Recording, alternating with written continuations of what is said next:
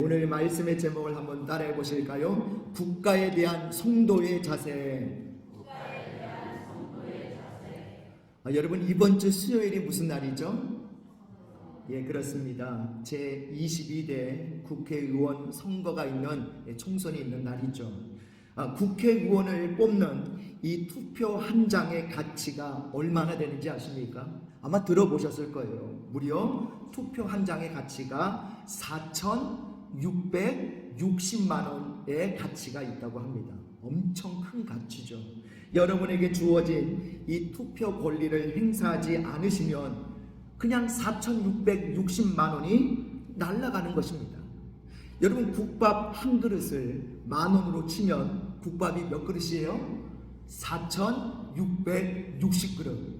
평생 먹어도 다 못 먹을 만한 그 국밥이 한순간에 그냥 버리는 것과 똑같은 겁니다. 그러므로 이번 주 수요일에 이미 또 사전 투표하신 분들도 계시던데 꼭 투표하시고 지역을 위해 좋은 일꾼들이 세워질 수 있도록 기도해 주시기를 바랍니다. 로마서 12장을 보면요, 성도가 교회 안에서 어떤 삶의 자세를 가지고 살아야 하는지를 말씀해 주고 있습니다. 그런데 로마서 13장에서는 이제는 성도가 교회 바깥에 세상 권력에 대해서 어떤 자세를 가지고 살아야 하는지를 말씀해 주고 있어요. 자, 이 당시 로마 교회 성도들은 로마 정부로부터 극심한 종교적 핍박을 받고 있었습니다.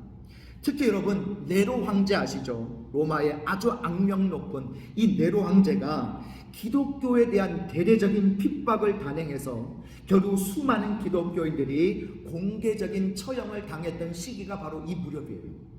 자, 그래서 로마 교회 성도들은요, 부당하고 악의에 차 있는 이 로마 정권에 항거하고 싶은 마음이 굉장히 많이 들어있던 그런 시대였습니다. 또한 성도들 가운데는 로마 시민권을 가진 자유인이 아니라 전쟁에서 포로로 끌려왔다거나 태어날 때부터 이미 노예 신분이었던 사람들도 많이 있었습니다.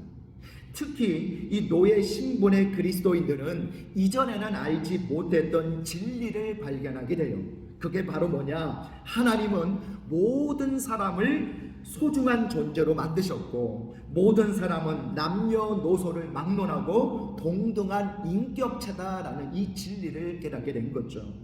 믿기 전에는 알지 못했으나 성경을 통해서 하나님께서는 모든 사람을 평등한 인격으로 만드셨고 모든 사람이 소중한 존재라는 것을 알게 된 것입니다. 그래서 이 노예 신분의 그리스도인 중에는 로마 사회에 대한 강한 불만을 갖게 된 거예요. 이런 생각은 그리스도인이 하나의 정치적인 세력으로 단합되어서 기존 체제를 전복시키려고 하는 어떤 혁명적인 생각으로 발전될 위험의 소지가 있었던 거죠. 그래서 바울은 이 그리스도인이 국가 권력에 대해서 어떤 자세를 가져야 하느냐라는 것을 이 내용을 가지고 성도들에게 구체적인 교훈의 말씀을 주어야만 했습니다. 그래서 오늘 이제 본문 말씀을 통해서 이 내용을 가지고 말씀하고 있는 거죠. 자, 그런데 문제는 오늘날에도 이런 문제는 우리에게도 존재합니다. 왜냐하면 오늘날의 그리스도인들도 국가 권력이 부당하고 불의할 때 이 국가 권력에 반대하고 싶은 마음이 들기 때문이죠. 특히 과거 우리나라의 역대 정권을 보면 국가 권력이 불의하고 부정할 때가 많이 있었습니다. 그래서 특히 이 기독 청년들이 깊은 현실 고민에 빠져 있었죠. 과연 이 정권의 부당성에 대해서 시정을 촉구하는 그런 가두시라든지 데모에 참여해야 되나 말아야 하나라는 고민입니다. 자, 오늘날에도 보수적인 기독교인들이 걱정에 빠져 있습니다. 이 나라가 공산주의에 물들지 않을까 하는 염려죠. 그래서 보수적인 기독교인들 중 일부는 우파적인 정치 활동을 벌이고 있습니다. 이런 측면에서 볼 때 오늘 말씀은 비단 2000년 전에 로마 교회 성도들에게만 필요한 것이 아니라 오늘 우리들에게도 반드시 필요한 말씀이라는 것을 알 수가 있습니다. 바울은 이 그리스도인들이 국가 권력에 대해서 어떤 자세를 가져야 하는지 크게 세 가지로 우리에게 교훈해 주고 있습니다. 자, 우리 화면 보시면서 따라해 보실까요? 자, 국가에 대한 성도의 자세 첫 번째 따라해 보실까요? 국가 권력에 복종하라. 우리 로마서 13장 1절을 같이 했습니다. 시작. 각 사람은 위에 있는 권세들에게 복종하라. 권세는 하나님으로부터 나지 않음이 없나니 모든 권세는 다 하나님께서 정하신 바라. 아멘. 자, 성경은 말씀하죠. 위에 세워진 권세들은 하나님께로부터 왔으니 복종하라 라고 말씀하십니다. 다시 말해서 국가 권력과 세상의 지도자들은 하나님이 세우셨다라는 거예요. 자, 그리스도인들은 이중 국적을 갖고 있습니다. 영적으로는 하나님의 나라, 천국의 시민권을 가지고 있죠. 그리고 육적으로는 자기가 속한 국가의 국적을 가지고 있습니다. 그리스도인들은 영적으로는 이 세상에 속한 사람이 아닙니다. 이 세상에 소망을 두고 사는 사람이 아닙니다. 하늘의 소망을 두고 사는 존재죠. 또한 그리스도가 이 땅에 재림하셔서 장차 이루어질 새 하늘과 새 땅을 바라보면서 살아갑니다. 그러나 우리의 육신은 여전히 세상 나라에 속해 있죠. 내가 속한 민족과 국가의 일원으로 살아가고 있습니다. 이 땅에 사는 동안은 세상 나라의 시민권자로서 권리를 행사하고 책임과 의무를 다해야 하는 것이죠. 자, 우리 계속해서 로마서 13장 2절도 같이 했습니다. 시작. 그러므로 권세를 거스르는 자는 하나님의 명을 거스름이니 거스르는 자들은 심판을 자취하리라. 아멘. 만약 권세에 불복종하는 사람은 하나님의 명을 거스르는 것이라고 했습니다. 그리고 심판을 스스로 자초하는 어리석은 행위라고 말씀하고 있죠. 그런데 사실 이 국가 권력이나 세상 권세자들이 정의롭지 못할 때도 많습니다. 자, 또한 우상 숭배자들도 있죠. 그런데 왜 하나님은 이 국가 권력과 세상 권세자들에게 복종하라고 하시는 것일까요? 우리 디모데전서 2장 1절과 2절을 같이 읽어보겠습니다. 시작.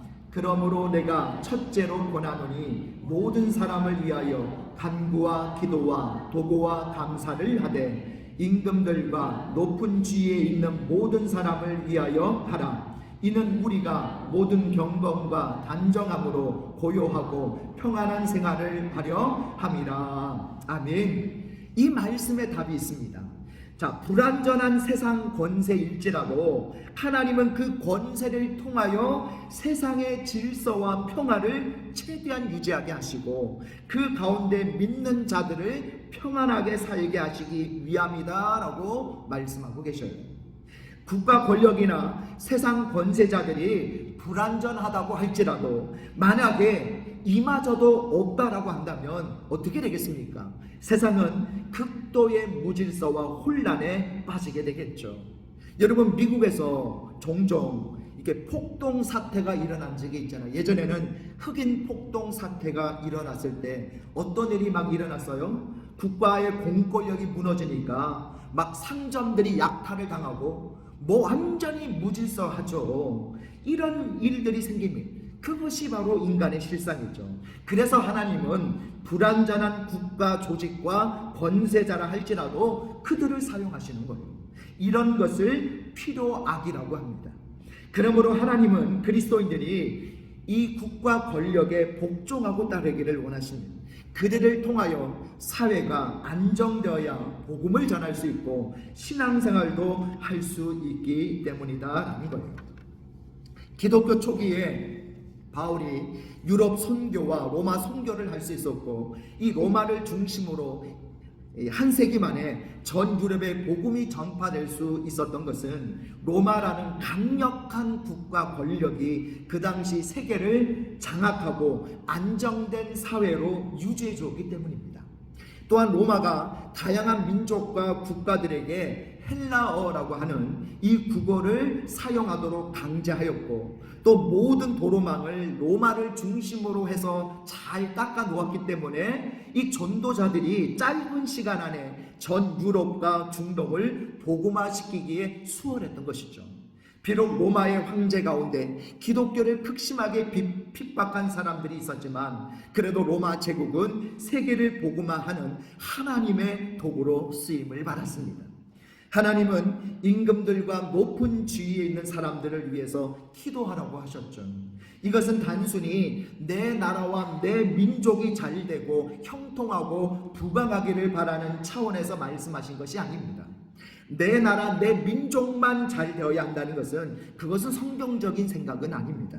하나님이 나라의 지도자들을 위해서 기도하라고 하신 것은 그들을 통하여 이 사회가 안정되고 평화롭게 유지될 수 있도록 하라는 것이죠. 그래서 안정된 사회 분위기 가운데 열심히 전도하고 선교하라는 것입니다.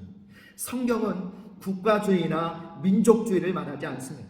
하나님은 온 세상을 사랑하시고 모든 민족을 사랑하십니다. 하나님의 관심은 특정한 나라와 민족보다는 여호와를 경외하고 복종하는 자들에게 관심이 있으십니다. 하나님은 오늘 우리에게 무엇을 명령하십니까? 모든 권세가 하나님께로부터 왔으니 권세자들에게 복종하라고 하셨습니다. 자, 그런데 이 국가 권력의 무조건적인 복종을 말하지 않습니다. 만약에 세상 권세가 그리스도인과 교회에 대해서 불의함을 명령했을 때는 어떻게 될까요? 그건 단호하게 거절해야죠. 그게 맞는 거죠. 예를 들면 성경에 보면 다니엘을 예로 들 수 있습니다. 다니엘은 바벨론의 포로로 끌려가서 그곳에서 왕궁 교육을 받고 높은 신하로 기용이 되어졌죠. 그런데 다니엘을 시기한 사람들의 계략에 넘어가서 왕은 다른 신에게 절하는 사람은 사자굴에 던져 넣겠다라는 칙령을 내리게 됐죠. 다니엘은 이런 죽음의 위협에도 불구하고 신상에게 끝까지 절하지 않았습니다. 그래서 사자굴에 던져졌죠. 그러나 하나님은 다니엘을 그 사자굴에서 건져주셨습니다. 그리고 그를 다시 높여주셨죠. 오늘날에도 국가 권력이 만약 불의하고 부당한 행위를 할 수가 있죠. 그럴 때 교회와 그리스도인들은요, 절대로 침묵해서는 안 되는 거예요. 불의를 지적하고 시정을 촉구하는 한 목소리를 내어야 되는 거죠. 하지만 그리스도인들이 세상 권력의 부당한 처사에 대한 불복종에는 중요한 원칙이 하나 있습니다. 바로 그게 뭐냐? 비폭력 저항이라는 원칙을 가지고 저항해야 된다는 거예요. 여러분, 예수님을 한번 생각해 보십시오. 그 당시 종교 지도자들, 즉 대제사장들과 바리새인들은 예수님을 어떤 구실로든지 죽이려고 했죠. 예수님은 이런 종교 지도자들에 대해서 혹독한 책망을 하셨습니다. 독사의 자식들아, 회칠한 무덤이여, 외식하는 자들아, 쉼없이 그들의 죄악을 지적하시고 회개를 촉구하셨습니다. 하지만 예수님은 그들의 죄를 지적했을 뿐 그들의 권세를 빼앗기 위해서 정치적인 활동을 하신 적이 없어요. 자신을 따르는 사람만 이미 수만 명이고 핵심 제자들만 수백 명에 이르렀지만 그들을 정치 세력화 하실 생각은 추호도 없으셨습니다. 세상 권력의 부당함을 지적하되 그것은 철저히 비폭력 저항이었다라는 거예요. 우리 마태복음 26장 52절을 같이 읽어보겠습니다. 시작. 이에 예수께서 이르시되 내 칼을 도로 칼집에 꽂으라. 칼을 가지는 자는 다 칼로 망하느니라. 아멘. 세례 요한의 경우도 마찬가지죠. 그는 당대 왕이었던 헤롯이 부정한 결혼을 했을 때에 그것을 공개적으로 비난하고 회개할 것을 촉구했습니다. 헤롯의 내연에 처였던 헤로디아는 그런 세례 요한이 너무나 미운 거예요. 저 이놈의 인간, 내가 가만두지 않을 거야. 그래서 헤롯의 잔치 자리를 빌어서 요한의 목을 베게 만들지 않습니까? 세례 요한이 만약 권세자였던 헤롯의 죄를 지적하지 않았더라면 그렇게 일찍 요절하지는 않았을 것입니다. 그러나 그는 하나님을 대신해서 하나님의 심판의 메시지를 전했죠. 하지만 세례 요한은요, 이 부정한 헤롯 왕을 몰아내려고 사람들을 모으거나 투쟁하지 않았어요. 비폭력 저항이었다는 것입니다. 여러분, 마틴 루터에 의해서 시작된 종교개혁도 역시 비폭력 저항입니다.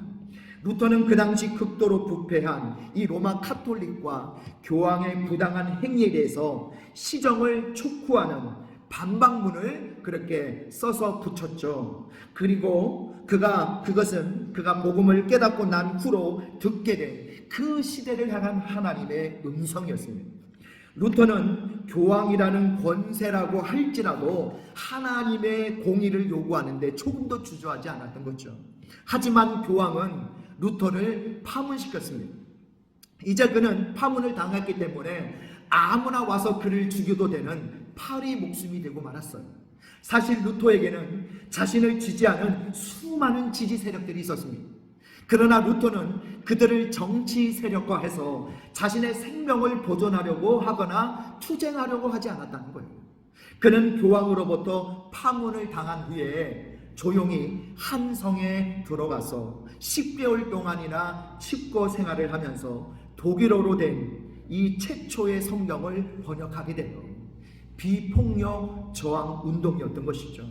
만약에 앞으로 우리나라 정권이 불의하고 부당한 통치 행위를 할 때 우리는 그 잘못을 지정하고 시정을 촉구하는 소리를 내어야 할 줄 믿습니다. 그러나 시정을 촉구하기 위해서 우리가 물리적인 충동을 야기해서는 안 된다는 거죠. 다소 미련해 보이거나 힘이 없어 보일지라도 비폭력 저항으로 정의를 외쳐야 된다는 거예요. 여러분, 역사를 한번 돌이켜 보십시오. 시간이 조금 걸리더라도 하나님은 세상의 부당한 권력을 결국 망하게 하셨습니다. 우리는 오직 진리의 편에 서서 우리는 외치면 되는 거예요. 자, 그래서 말씀을 정리하면 이렇습니다. 모든 권세가 하나님께로부터 온 것이니 그리스도인들은 국가와 권세자들에게 복종해야 된다. 그러나 부정한 명령까지 복종해서는 안 된다. 단 저항을 하되 철저히 비폭력 저항이어야 한다는 것입니다. 자, 두 번째입니다. 국가에 대한 성도의 자세. 두 번째 따라해 보실까요? 국가 발전에 기여하라. 우리 로마서 13장 3절을 같이 했습니다. 시작. 다스리는 자들은 선한 일에 대하여 두려움이 되지 않고 악한 일에 대하여 되나니 내가 권세를 두려워하지 아니하려느냐. 선을 행하라. 그리하면 그에게 칭찬을 받으리라. 아멘. 자, 누가 세상 관원들을 무서워하느냐고 했습니다. 누굴까요? 죄를 지은 사람이라고 말씀하고 있죠.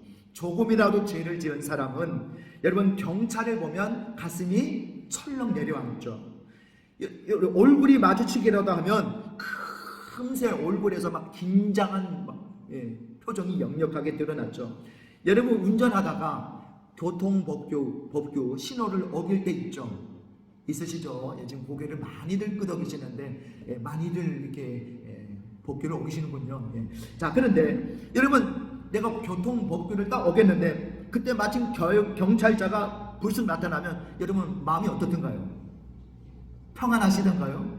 제 경험으로 보니까요, 도둑이 제발 저린다고 얼마나 가슴이 그냥 막 콩알만해지는지 막 가슴을 졸이는 경우들 있지 않습니까?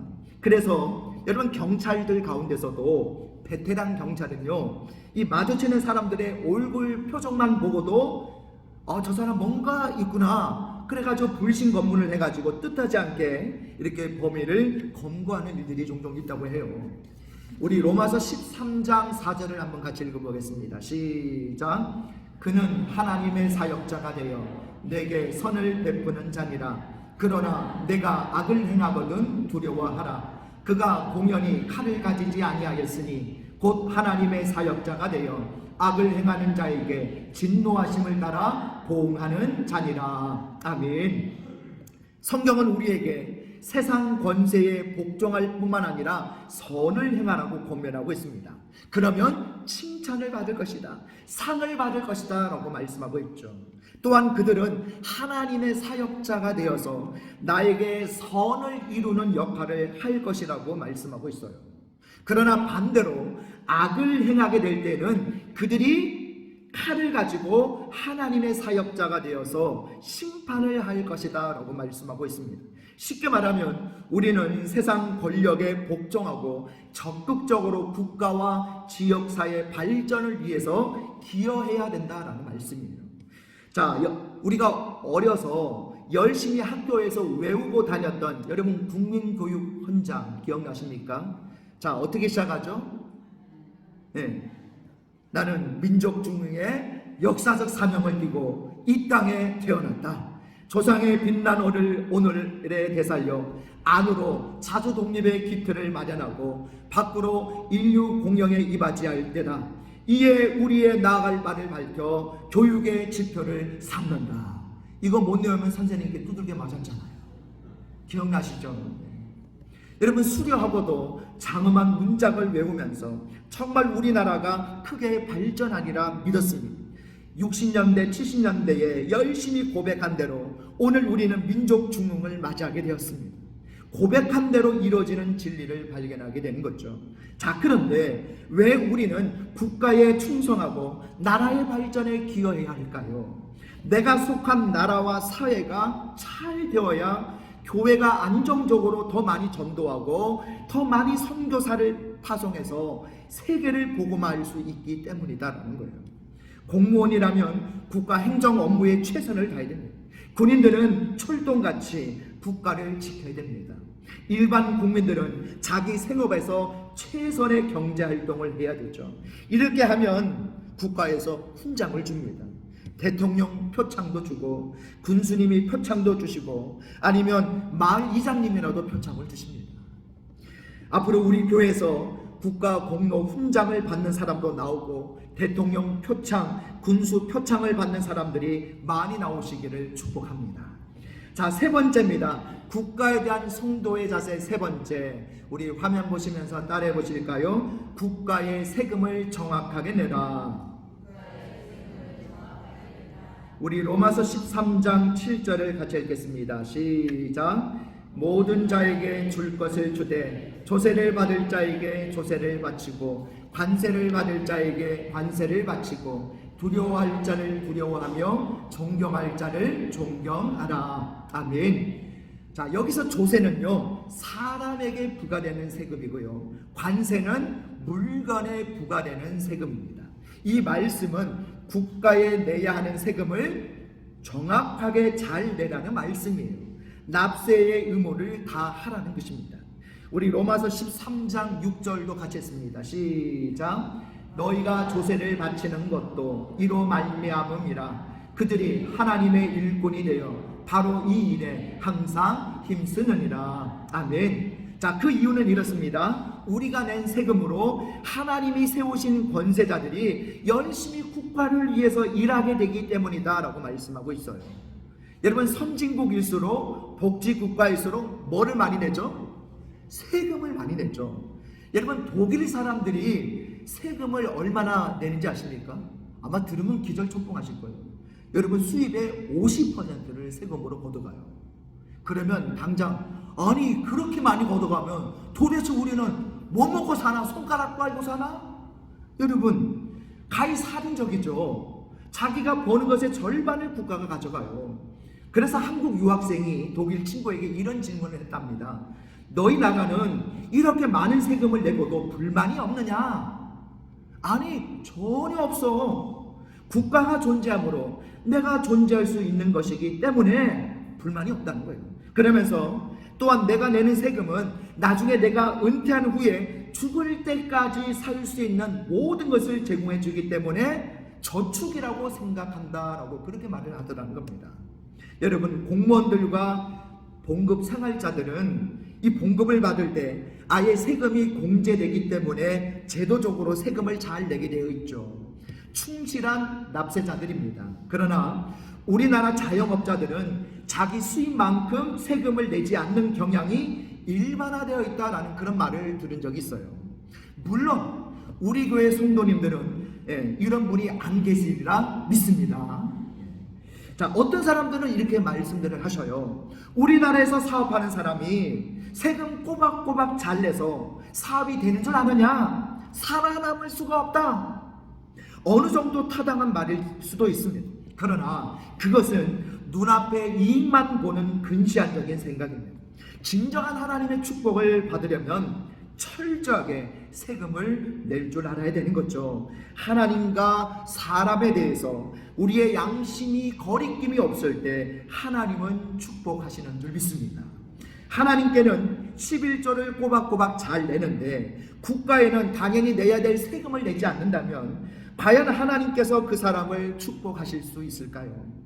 국가에 내는 세금은 결국 하나님이 세우신 권세자에게 바치는 것이니까 크게 보면 세금도 결국에는 하나님께 드리는 것이나 다름이 없습니다. 우리가 많이 벌면 하나님 은혜에 감사해서 11조도 더 많이 내게 되는 것처럼 이 땅에서 많이 벌었다면 내 나라로부터 받은 은혜가 큰 것이니 나라에도 마땅히 그만큼에 해당하는 세금을 내야 하는 것이 맞는 거죠. 여러분, 이랜드의 박성수 사장은요, 젊은 시절 사업을 시작했을 때 하나님께 기도하기를 우리나라에서 세금을 가장 많이 내는 그런 기업이 되게 해달라고 기도를 했다고 합니다. 그래서 그는 회사 초창기부터 우리 사회에 만연했던 그런 관행들을 버리고 정확한 소득 신고를 하고 그에 걸맞는 정확한 세금을 냈다고 해요. 자, 그런데 어떻게 되었습니까? 그 많은 세금을 내고도 이 회사는 지금까지 고속 성장을 거듭하고 있어요. 여러분들도 이런 도전을 받으시기 바랍니다. 하나님은 정확하게 모든 것을 보고 계십니다. 예수님도 하나님의 것은 하나님께 바치고 가이사의 것은 가이사에게 바치라고 말씀하셨죠. 11조와 세금을 모두 충실하게 바치라고 하신 것입니다. 이렇게 모든 세금을 낼 때 정직하게 정확하게 내시는 저와 여러분이 되시기를 바랍니다. 말씀을 정리합니다. 우리 화면 보시면서 국가에 대한 성도의 자세, 우리 세 가지 같이 읽겠습니다. 시작. 국가 권력에 복종하라. 국가 발전에 기여하라. 국가의 세금을 정확하게 내라. 오늘 우리가 나라를 사랑하고 나라를 위해서 우리가 기도하면서 우리가 나라를 위해 기도만 할 것이 아니라 또 이 나라를 대하는 성도의 이 세 가지 자세를 여러분 꼭 마음에 되새기셔서 나라를 위해 기도할 뿐만 아니라 이런 자세로 이 나라를 섬길 수 있는 저와 여러분 되시기를 주님의 이름으로 축복합니다.